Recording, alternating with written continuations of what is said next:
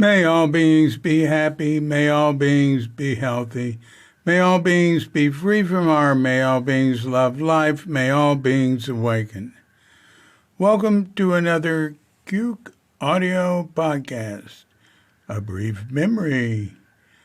I pray that you and yours are safe and comfortable, free from economic hardship, and able to get out and do whatever it is you want within the limitations of the universal precept of do as little harm as possible.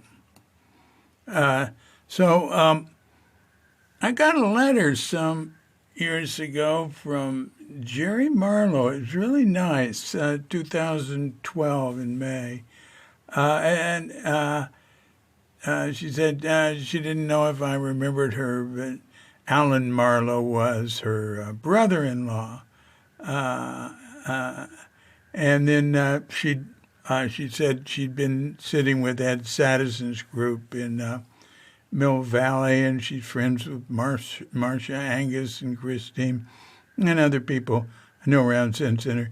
But then she said, she wrote and told me some stuff about her memories.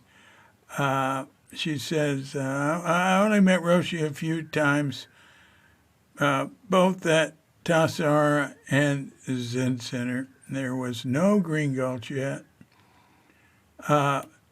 First memories of you are from 1970 or so. You, Alan, Tommy Dorsey, and others would frequently show up at my house in Monterey on the way out or in of Tassajara. There was always a secret key left outside for you all should you need a place to crash. At that time, you had taken a vow of silence, and I remember laughing because while you did not talk, you were still the noisiest person ever. Oh, God, have I heard that a lot. My then 5- and 7-year-old kids were baffled by your not speaking. I did not have an answer that they really understood about why you didn't talk, but I remember my oldest trying to get you to talk to him and coming away frustrated. But I always knew where you were in the house because of your noise. Oh, God. Oh, Jesus. Additionally, it was always such a pleasure to have you all there, as it gave me the opportunity to spend time talking and learning from each of you about Zen. My first contact with Suzuki Roshi was at Tassajara, watching him direct Alan to endlessly move rocks, really big ones. Alan would have to move the same rocks over and over at Roshi's direction and discretion. We, Roshi and I, did not speak really, just an introduction. Later on that day, I remember sitting at lunch with Alan, Roshi, and others. I stayed silent. Now, this is eating outside, like during the summer, not in the Zendo. I stayed silent, but could not move my eyes from Roshi's face. I felt something indefinable just sitting there, and I loved Roshi's smile and his generosity of spirit. As I was getting ready to leave, I thanked Roshi for lunch and the beautiful day at Tassajara. We bowed to each other. His smile was radiant and went from the top of his head all through his body. So I moved away from San Francisco area for 5 years or so, and when I returned, I met Alan at Zen Center, and we spent some time together. His brother and I had divorced, but I tried to have Alan and the kids remain in our lives. I once again was invited to lunch, this time with Roshi.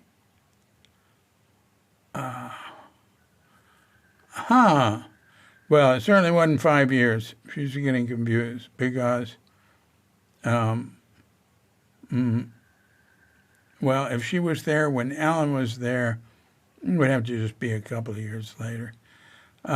So, that's memory. She probably came back before she moved back to the Bay Area.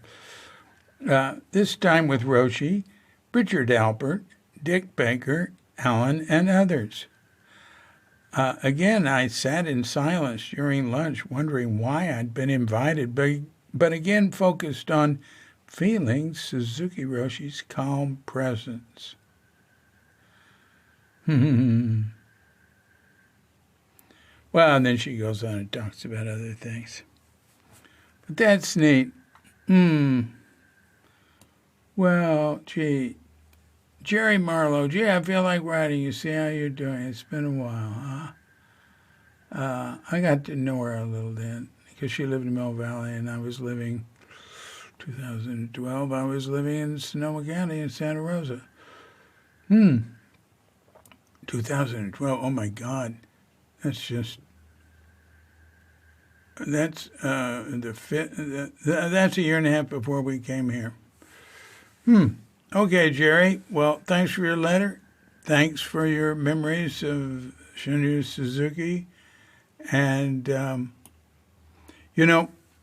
just sent a note to Shambhala. They'd said, in the BR for my upcoming Zen is Right Now, the companion book for Zen is Right Here. They said stories from students. And among the things I pointed out in what they were saying was, I said, it's not just from students. And I said, it's stories mainly from students, okay. But we get stories from people who just happen to have been in touch, and they're good too, and they're an important part of it. And I don't want it to, I love them, I seek them out. I want as much as I can get from people who weren't students. I said anybody's qualified to be part of Cuke Archives, is part of Suzuki's realm. That includes people who never met him. That includes somebody who was, say, a UPS delivery person who came in the building and dropped something off. I like a total picture of the whole gestalt, the whole thing. It's, Suzuki's in there in the center. It's what brought us all together. But without everything else, he's nothing. And we're nothing. We won't be there without him, but he won't be there without us. And us includes that UPS guy dropping the thing off. Okay. Well, actually, it's just the whole universe. It's all space and time. Okay. This has been pardon me, this has been a Cuke Audio Podcast, a brief memory. I'm DC Puba of Cuke Audio and Cuke Archives, coming to you from sleepy Sanur with Dogget Bandita, Feline Cuchita, and dear lovely Katrinka. And we're wishing you and yours and all of us a grand awakening.